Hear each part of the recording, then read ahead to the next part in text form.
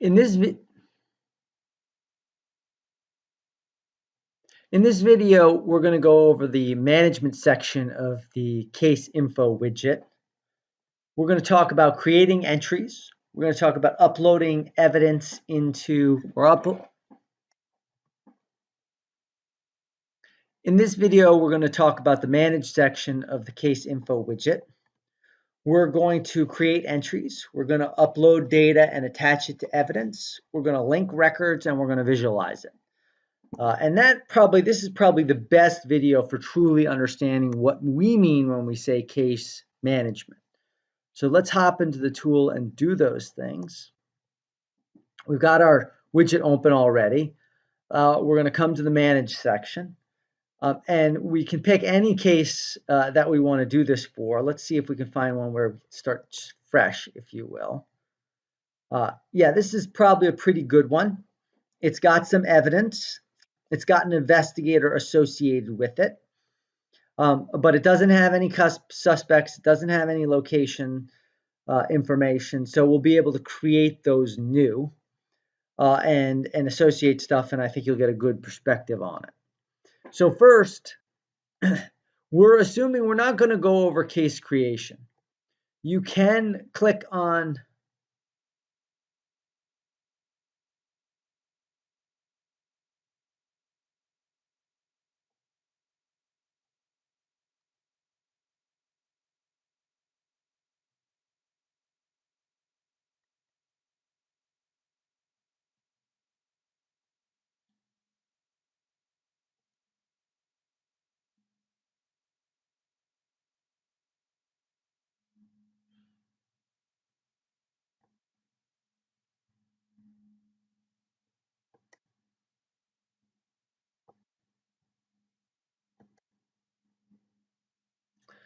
Okay, let's start by opening our case info widget. Let's go to the management section. And you should see all your cases here.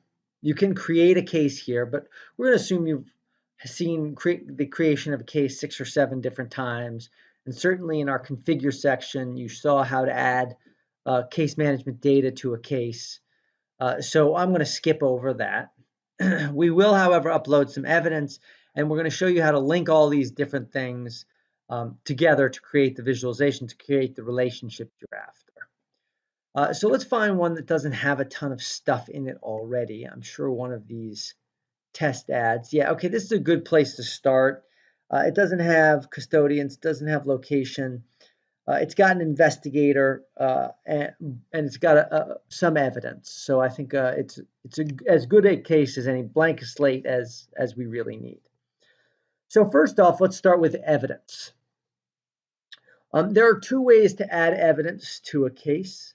There's the traditional way through processing data. Anything that you add via that widget will ultimately end up here. You can, however, if you also want to add, let's say, loose files, and you don't want them to be processed, but if you will, do you want them to be part of the case management function? Let's say a warrant or some form or some whatever. It's not like you want the investigators to investigate this information, but you want it attached to a piece of evidence. You can go ahead and do that by clicking on the evidence and then clicking edit. And that will bring up this screen that we showed you before, I think in the manage video, where you can fill out all these fields associated with the evidence, what type of evidence it is, and whatever information we created. You could, whatever you've created, you can fill out here. But what I wanted to draw your attention to is this section. You can upload files either by dragging and dropping or clicking on the upload file function, which is what we'll do. And I'm just going to go ahead and grab this one random image. And I'm going to go ahead and click open, and that will add it to our case and associate it with this evidence. Now let me enter some gobbledygook here so at least it is complete. And then let's go ahead and just save that.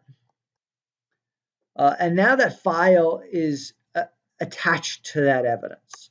You don't actually have to attach it to official piece of evidence. You could also create a new one. Let's go ahead and do that.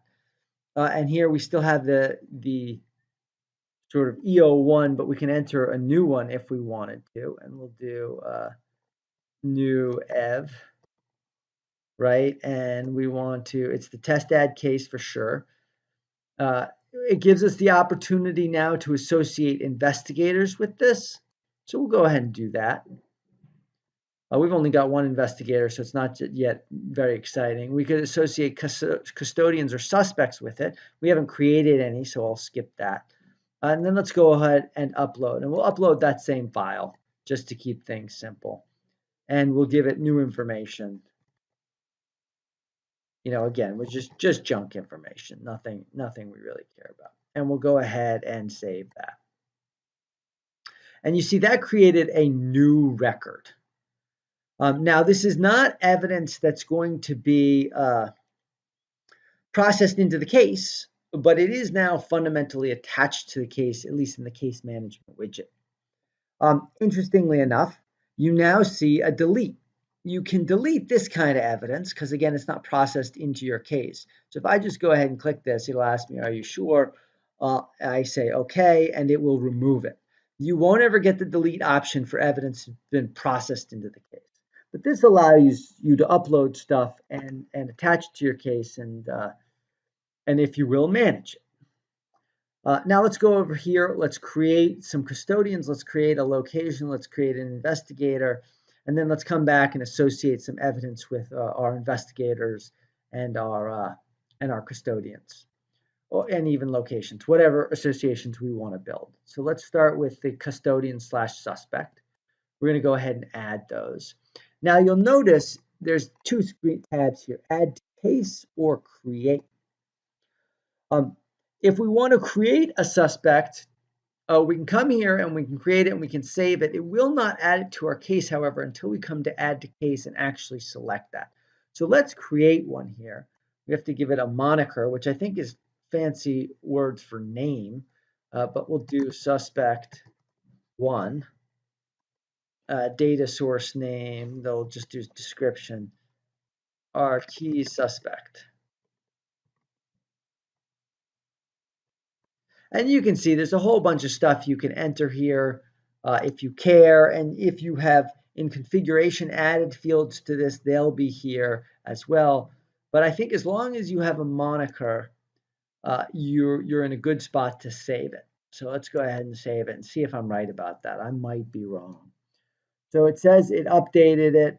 And then let's come back to here and see if we can find our suspect 1. Suspect 1, there he is. Now, if we want to add him to the case, we can just click on him. And while we're at it, let's add, we'll add crazy test as well. We're going to add both of those guys. Boom. Now they're in our case. And now we can use them in our various case management functionality to link different resources to these suspects anyway. All right, let's create a location now. We don't have any locations, so let's create that. We can select from our different types. This is we created a location type as in the configuration video, so let's just go ahead and use that. It says enter the office location type, and we'll call it a home. Enter building owner, and we'll call it Tim. Enter description of building, we'll call it a hut. And then you can see here, we can create links between the various things we have in the case. In this case, suspect, evidence, or investigator. I'm not going to do that for right now. Let's just go ahead and save this. Oop, you must enter a location. Let's see what I missed. Oh, a location name, of course. Tim's hut. And I think you can have spaces. In fact, I'm positive you can have spaces. So I ended up, instead of writing Tim's hut, I wrote Tim shut, but whatever, you get the idea. And then oh no, we can't add investigators. That's an interesting point. If we wanted to add an investigator to this, we would need to have administrative rights, and we need to be able to add an investigator to this case. There are videos on how to do that, but any investigator you have in this case will show up here. So, but we'll just leave it at the 1 because that's more than enough for us at the moment. And now let's go and do some of our linking. So let's click on edit our man-tooth piece of evidence. And the investigator, I'm going to give it to QA test. And the suspect custodian, I'm going to say this is crazy test. And I'll go ahead and save that. And then I'm going to do something similar right here. It's not going to let me save this unless I enter some of these required fields anyway. So I'm just going to go ahead and do that. Let's do investigator again, QA test. And this time we're going to do suspect 1 since we just created that suspect. And let's go ahead and save that. That's all good. And then you can do associations in location as well. Let's go ahead and edit this Tim Shut. And let's go ahead and add suspects, evidence, and investigators here as well. So we're going to say QA test was our investigator. We're going to say the evidence that was found at this place was both man-tooth, and let's do this one again, just randomly choosing here in this case. And then custodian suspect, we'll say this is suspect 1, and we'll go ahead and save this at this point. All right, now we've built some degree of relationships. We've entered various details about the case. And finally, we can come to visualization. We can see, if you will, what it is we've made here. Let's select the case we want to visualize. In this case, it's this one.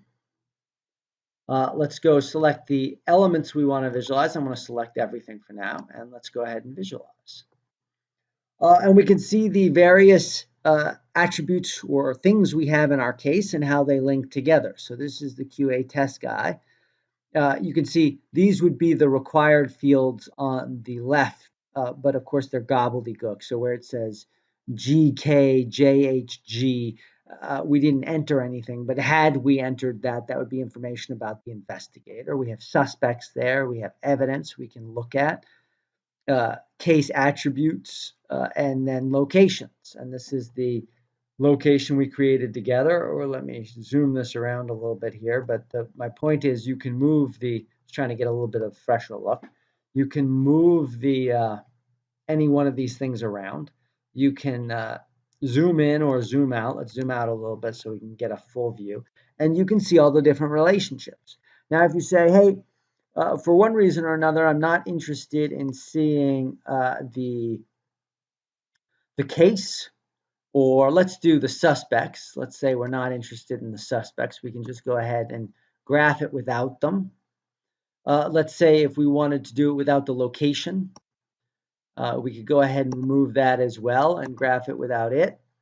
Anyway, you get the idea. You can just go visualize all the different relationships you have. So that was really all I wanted to accomplish in this video, is to show you how you can create the interlinking relationships in the various entities and then visualize those. The final video, there's a video on reporting, which is a pretty quick video, but it'll show you how to ultimately generate a report very similar to bookmark reports for your case management information. Hopefully this was helpful. Thank you very much.